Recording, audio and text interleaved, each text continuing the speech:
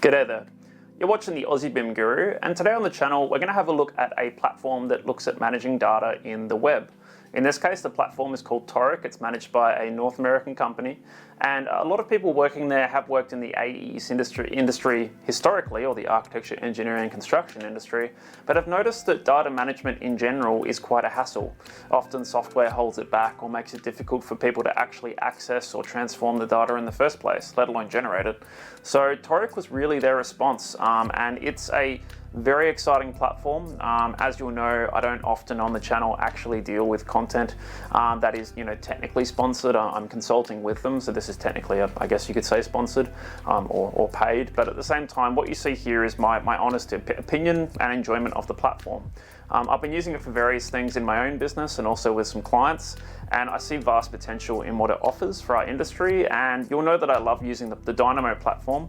Well, Toric is very similar in how it presents the data to you, but it also shows you the data in a tabular format, and you can also put it into reports really easily. But the way that you work with the data and transform it is so fluid.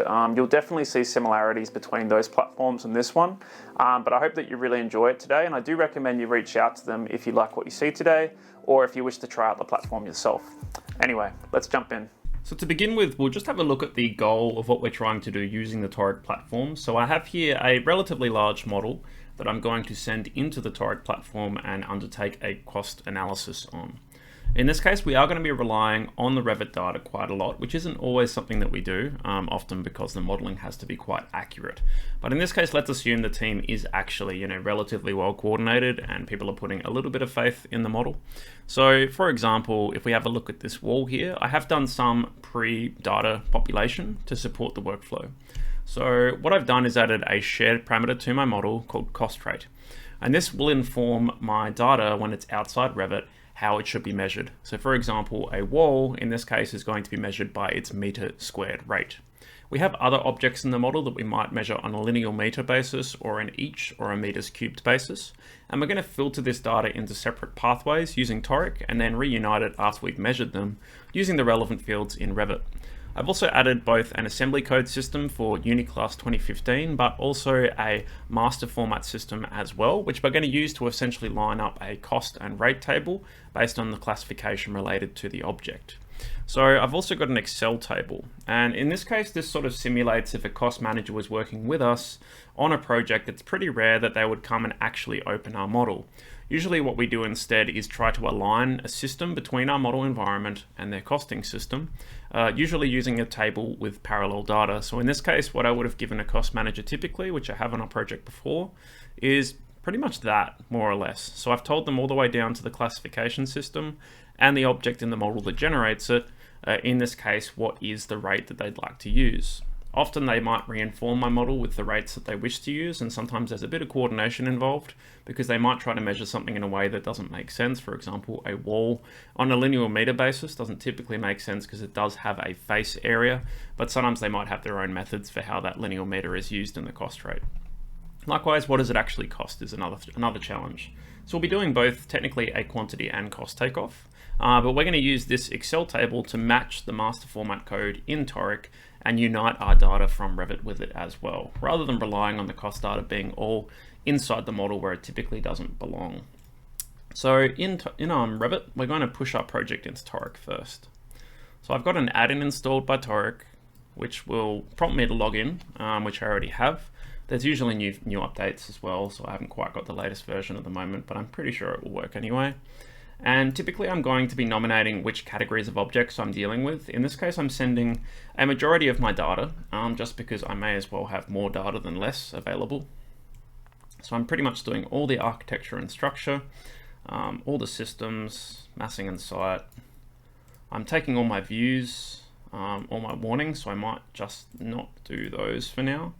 And then it lets you nominate which specific generic models you'd like to send up. So in this case, I don't want to send my model text, but I will send the other object. But for now, I'll just send all of this data, so quite a lot. I can also choose to send the 3D model as well, so I can see it in a model viewer in Toric. I'm now just going to pick a project, so I'm going to switch my organization over to I'll keep the same organization, but a different project, sorry. So channel demonstration. New data source. Toric recognizes it doesn't exist yet, otherwise it would publish a new version. from here, I'm going to send my data to Toric. This can take a little while just because the models can be quite large and have quite a lot of information to send.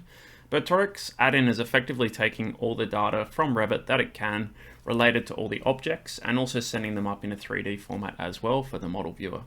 So you can usually expect this step to take maybe, I don't know, probably like maybe a few minutes. In my experience for a model of this size, this is roughly a 250 megabyte model, so fairly sizable. While I'm doing this, I might actually switch over to Toric as well and upload my Excel data, which is very quick. So I'm going to get local data in this case, and I'm just going to be uploading in this case this Excel table. So I will save this just somewhere that I can find it. And in this case, I'll just load in this cost by master format table. And we're going to use this combined with the Revit model data source in order to create our data flow. So I'm currently working from inside my organization, BIM Guru, and I can create project folders and I can upload any number of sources and create any number of data flows that can work with those files specifically. I might just start creating a data flow, or I might wait for my source just so it's available when I begin. But we can see it's still currently in the process of uploading. So what I might do is just start by working with my Excel data before we actually have our Revit data available. And I might just run through how Toric actually looks. So I'm going to make a new blank template, but you can see there's a lot of templates already available to apply if you know roughly what you're trying to work with. So we have a few different areas in Toric to be aware of. We have the overview, which tells us everything about our data and our sources and what we're doing to them, so how we're transforming them. We do have an optional properties tab, which for now I'm going to close. And we can also split our view as well, which is how I prefer to work in Toric typically. So this means that we end up with both an inspector for our data in a tabular format, and also we can create data apps, which we'll look at the end of this workflow. So to begin with, I'm going to rename my workflow, and I'll call this QTO exercise for quantity takeoff.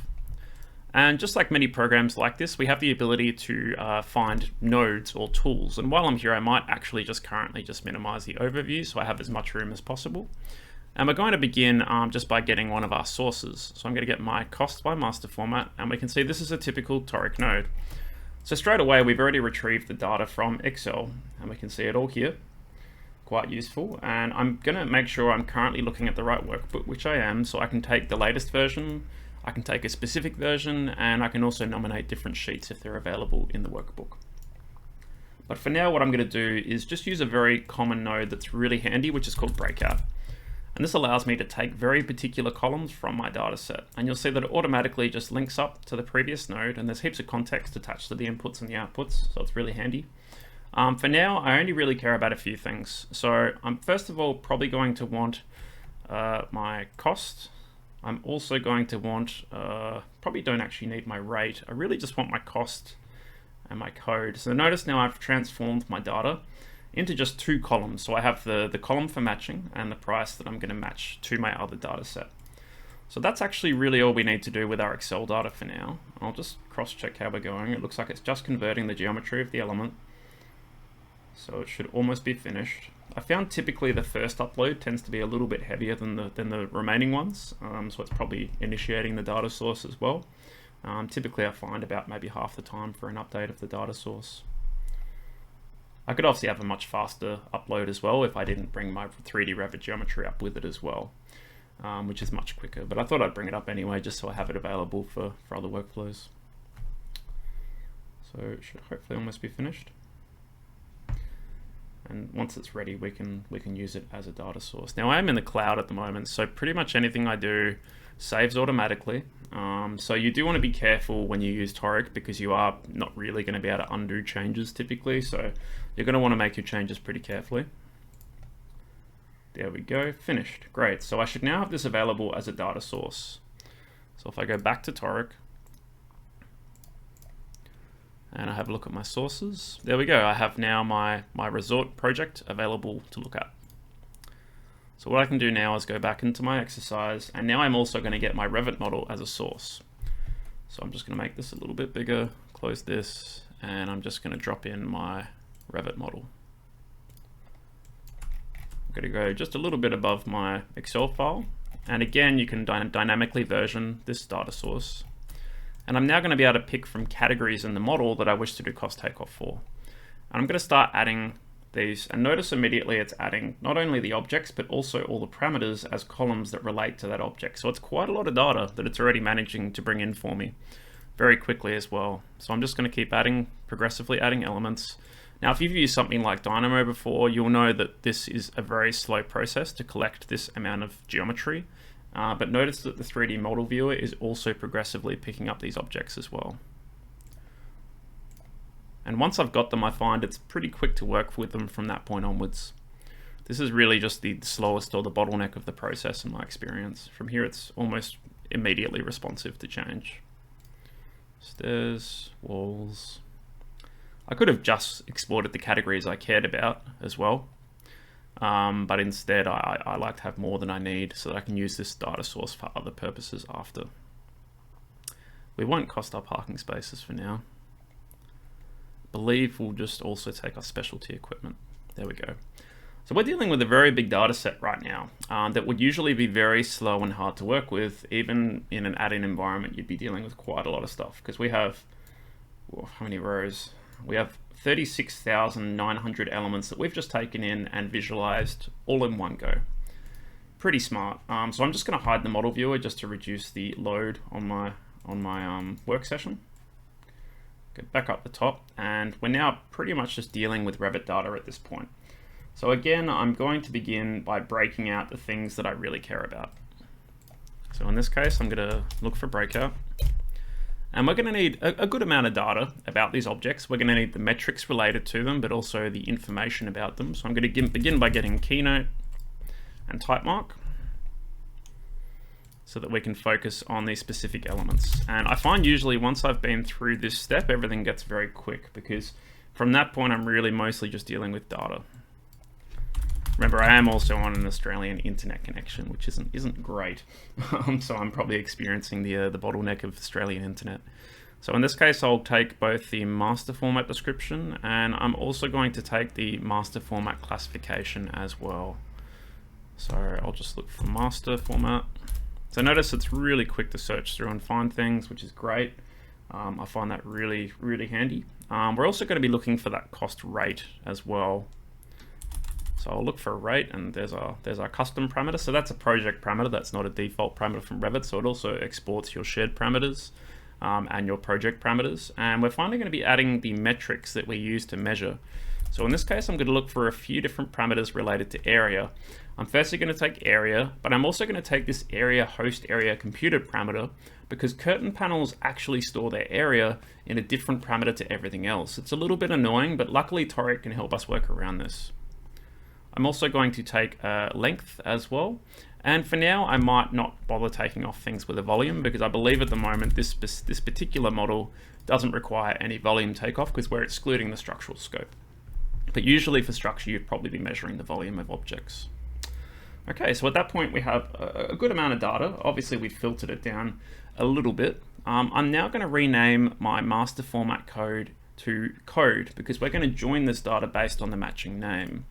So I'm going to look for column rename, and we can also transform the name of data fields. So I'm going to take the master format code and then I'm going to call that code. And we're now going to join our data using the matching field. So this is a really powerful operation. I'm going to look for the join node. So this takes two data sources. And depending on the way that you wish to join, you can make it behave differently. I'm going to choose the inner setting in this case. And I'm going to firstly pick the code field. And from the other side, I'm going to pick the code field. So in this case, we should now have the ability to line up our data.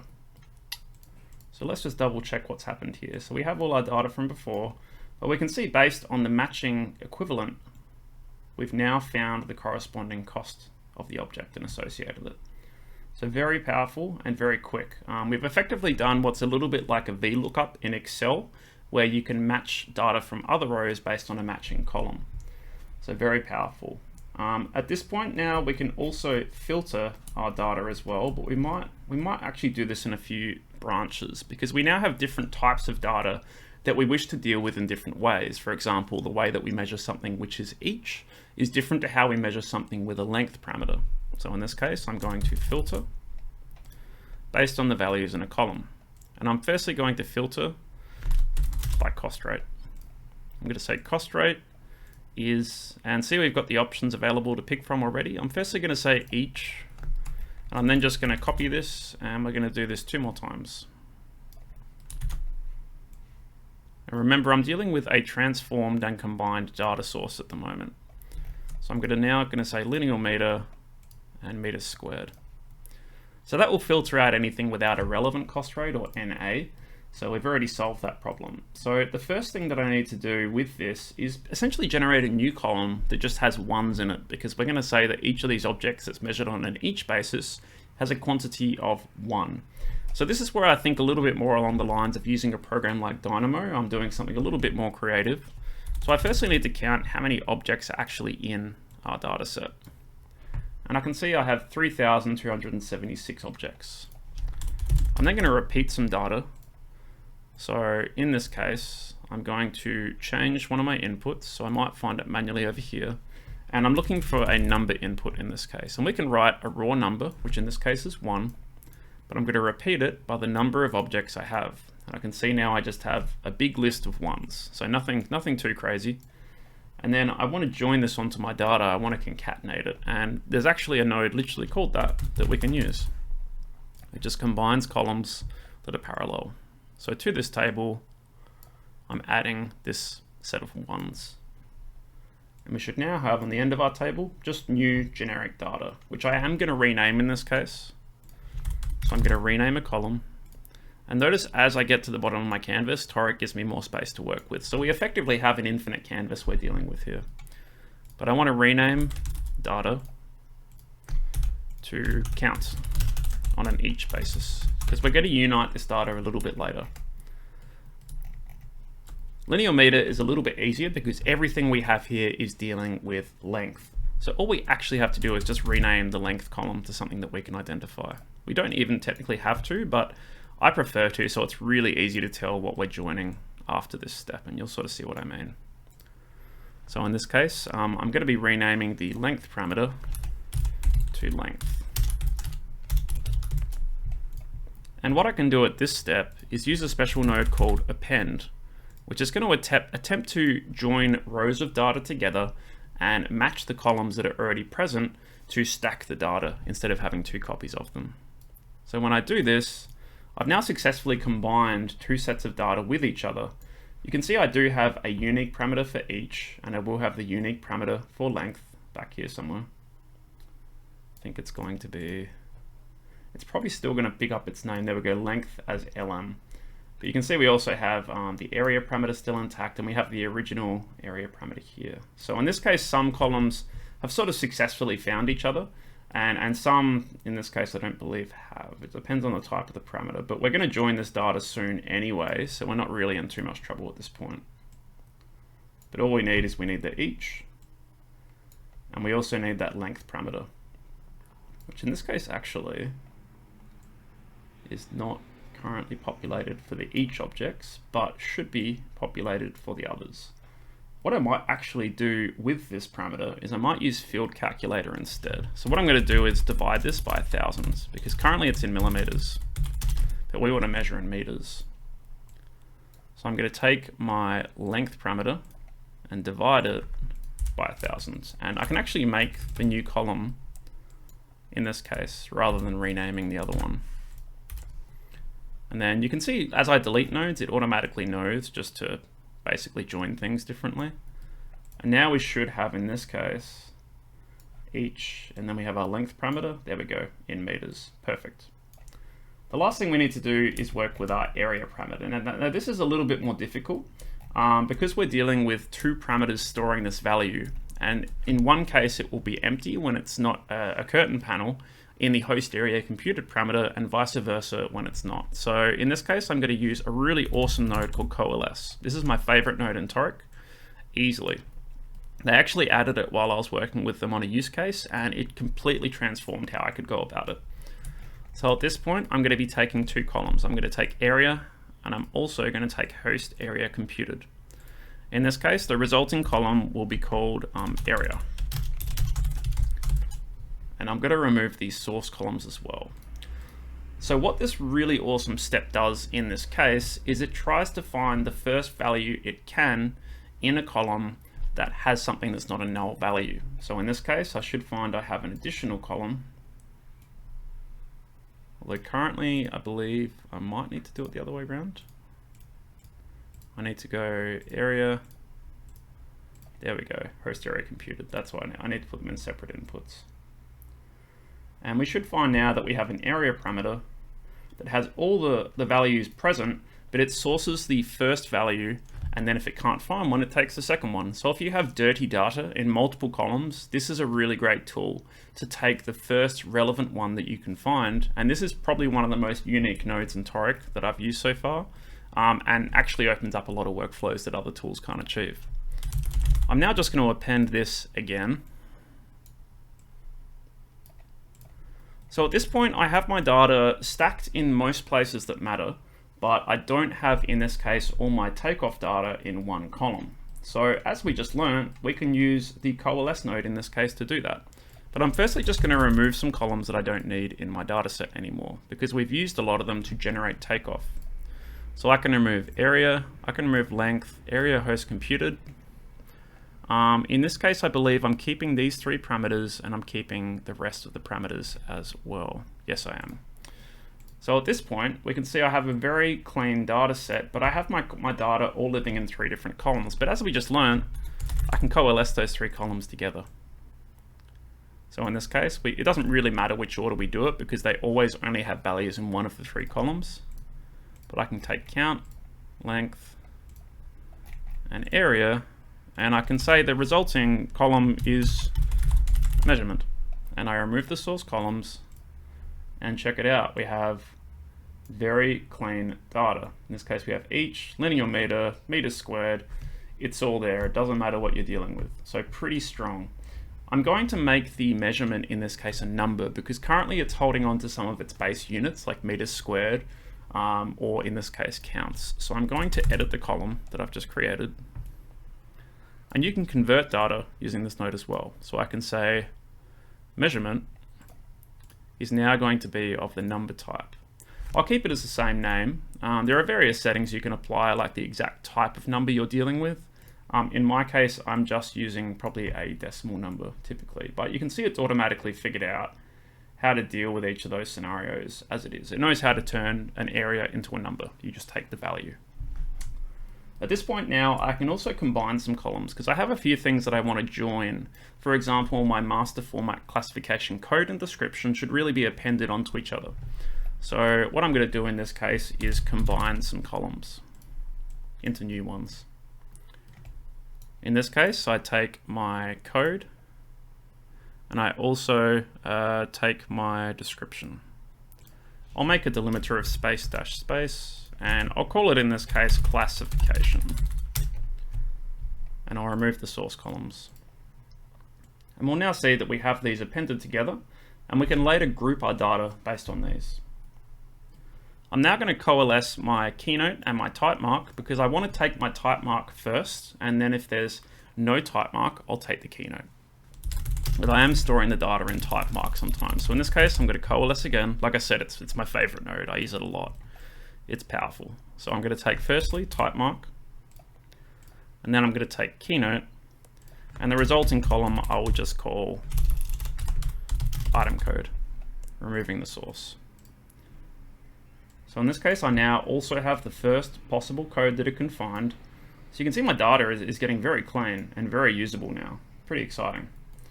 At this point, I'm probably also maybe going to, I might add a description to the object. So I'm going to go all the way back to the start of my data set and show you the power of having something like Toric, where you can work back through your data. So I'm going to actually add description in here as well.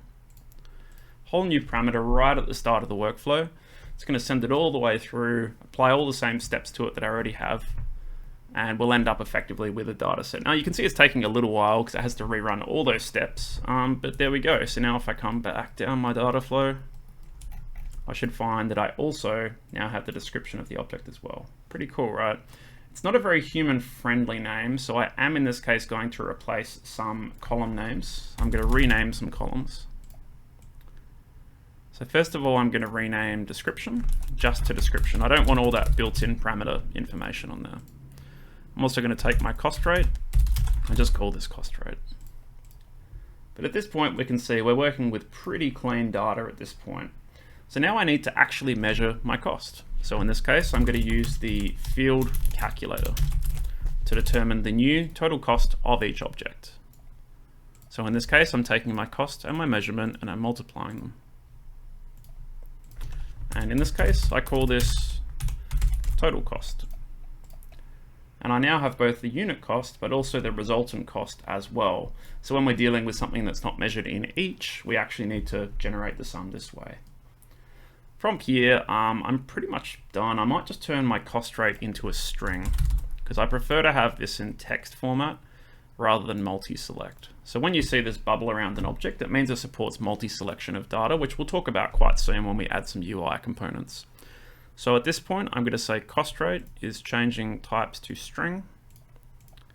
I'm also going to change item code to string. And now we have pretty clean data that we can use. So I'm also going to reorder my columns. They're not currently in an order that I like. So I'm going to use the reorder columns, and I usually do this one by one. So first of all, let's say we want to first see the code of the object. So we'll say item code, order by first. After that, description, and we'll say that's after item code. From here, probably the cost rate or the cost. We'll go the cost first, I think. Yep, cost. And we'll say that falls after item code.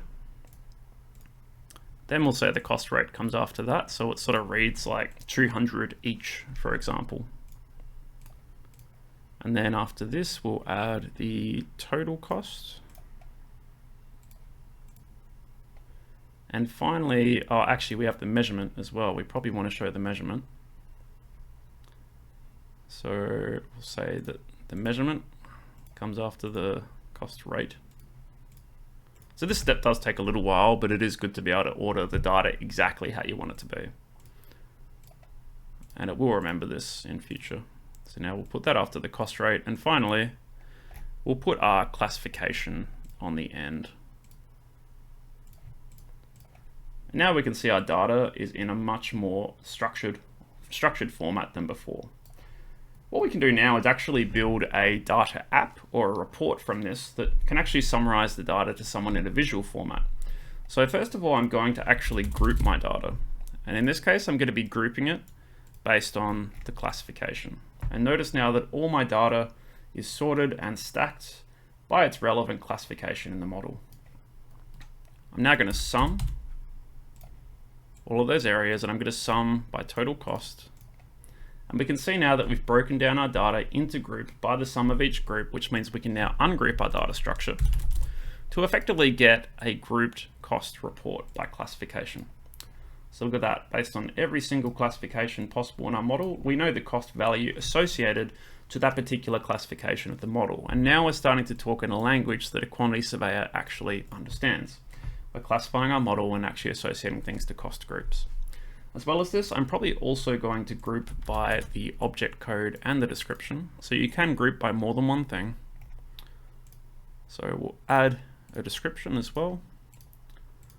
And in this case, we're doing this so that we can also sum these based on their total cost. But once I ungroup this, we're going to get a slightly different table structure. We're now going to get a table, which is the description, then the code, and the associated costs. So you can see we can rearrange our data very easily, as long as we understand how to work with it as a data table. Now from this point on, we've really created our data flow. And as you'll see, it's a relatively big, not necessarily overly complex data flow. It's quite linear in nature. But from this, we can actually create a report. So I'm going to be targeting a few different things in this case, but I'm going to make a data app. And I'm going to call this my cost report. So the first thing we might want to do is actually just tally our total cost in this case. So I might actually need an overall sum for the whole thing. So I might actually go back a step, take my cost and sum it. which gives me our grand total. And I might just want to show that on a component. So in this case, I'm going to go to scorecard. And I can actually just effectively take the output and connect it. And now it's connected, but I do need to tune its properties. So in this case, we're dealing with a sum, not a count. And from there, that's pretty much it. We're measuring our cost. We don't really need a dimension, but there it is anyway. And then I can just give this a title. And I can say this is a total cost of focused objects. So we've got a very simple component. Now, obviously, this is already helpful to have the data in total cost, but maybe we want something a little bit more granular. Maybe we want to look at this data in a tabular format, or in not a tabular, a graph format. So I'm going to add a component. I'm going to look for a bar graph in this case, a horizontal bar chart. I'm going to connect this data. Now, currently, again, not that relevant. I'll just resize this a bit because currently we're just counting each row, which is 1. If I go over here and I change it instead to measure the total costs based on the classification and do sum, now we're actually looking at a relevant graph that shows us scale and magnitude. I can say in this case, cost by classification code or group. And we can also just include data tables in here as well. So maybe I'll include this component as a data group. So in this case, let's just say we want to create a metric, and notice I can also click and drag onto the table, and I can also just show tables to people viewing this. So pretty powerful. So very quickly, I've created a very useful data report, which could be sent to someone live, and I'll show you how to do that as well. But what I wanted to also show, which is really cool, is you can actually create drop-downs to filter and manipulate your data inside the data flow. So let's go all the way back to maybe one of these steps up here. We'll probably go right to the start, and we're going to add a filter to limit what we see in our cost report. We're going to let people target the particular master format code that they wish to focus on. So in this case, I am also going to take my source data from my breakout, and I'm going to, in this case, concatenate.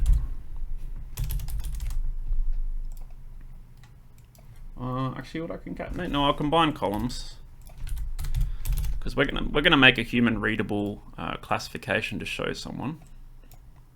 I might need to move over my data a little bit. So I'm going to take my data, and I'm going to take, in this case, 2 columns. I'm going to take my master format code and my master format description, space dash space, and I'll call this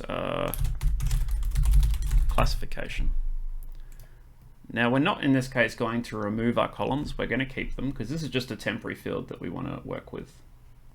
But I'm going to manipulate this column into a different data type, and I'm going to use a very special data type in this case. So currently, that field we just created is just text, but instead I'm going to tell that field to become multi-select.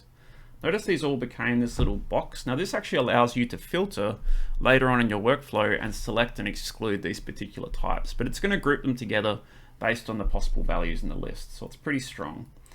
At this point, I'm going to add a filter, which I'm going to use to dynamically connect to my report. So I'm now going to say that it's going to be filtered based on classification, has any of, and for now I'm just going to leave it here. But what I'm going to do is go to my report, and I'm going to take this input from the node up here, and I'm going to use a dropdown. And notice that my dropdown is now responding to the possibilities of what I can pick in the multi-select. So let's just take the first 3 groups, for example. Now I could filter now, or I could filter right at the end of the report. It just comes down to how much downstream you wish to calculate. It might actually be more effective to filter at the end, actually. Probably a lot faster, because then I don't have to keep recomputing the upstream. So I might take this all the way to the end. And I'm actually just gonna, I don't need to combine the columns anymore. I've already done that. So I go here, and instead, now what I can do is say that I believe it's the code actually. Sorry, I just had a crash on my computer, so had to start again. But I'm going to filter a little bit later in the workflow, just so we're processing data with the interactive point rather than making the whole data stream recalculate. So in this case, again, I've already combined columns, so I don't need to do that part again. What I do want to do is create a filter. And I'm going to take my data, and I'm going to filter it based on this classification field. I'm going to reconnect, in this case, that dropdown. So I might also need to create a edit column to make sure that that particular column is in a format I can work with, which is multi-select. So I'm going to take my classification and change it to multi-select. And I'm probably going to need to also do that. Yep. That way I'm filtering the same data with the same data types. And then I can say here that I have my classification, which I can now connect as a multi-format to my dropdown. There we go. Now if I take that as my filtered data here instead, and I finally can go and edit a few more parameters. So in this case, I've actually lost one field here, I believe. So I need to do a few things. I need to coalesce my data. Then I'm filtering back here. There we go. Okay, I confused myself a little bit there. Now everything's flowing again. Great. I'm also going to make sure that I edit my classification back to text right at the end, now that it's served its purpose. And otherwise, my data flow is exactly the same. I am also probably filtering out some data by the looks of it. Something's happening. I picked nothing in my dropdown, of course. So let's just pick all. And we'll check our data inspector. Is any of, or has any of. And now we should be seeing our cost report again. Perfect. So what I can do now is actually isolate particular areas of costs on my projects and compare them, but also I can tabulate their total cost. And within that cost group, I can also see which particular row items relate to that cost and their total cost as well. But you can see I'm actually using an interactable user component now as well. You can also add text notes and all sorts of things to your data app so that people understand them. But the really exciting part with them is you can share, enable a sharing link, update, share, update app. So you can update the app. We'll publish it to app home actually. That's probably why I didn't publish it to the home apps that I have available, but I'll copy the link anyway. Now I should be able to see it in the apps on my home. There we go, cost report, I believe it should be. Yep, there we go. So I think the unnamed one is probably the incomplete one that didn't quite finish in time before my internet dropped out. So now we should hopefully see a functional cost report. And this can be opened on mobile as well. I have tested it. Perfect. Here we go. So now we have the ability to take groups out, but you can see it's instantaneous. It's able to work immediately with what we're looking at. And we have the ability to resize components inside here, even the graph if we can't read enough information. So it's pretty amazing just how much information this can put at your fingertips. We can put all our data in there. Remember, we had about 35,000 objects we were dealing with originally, and we're dealing with a relatively instantaneous report that we can filter partway down the data stream. So a really great use case for Toric. I'm using it already for looking at things like embodied carbon analysis in model takeoff. So we've found quite a lot of practical applications for it in practice as well.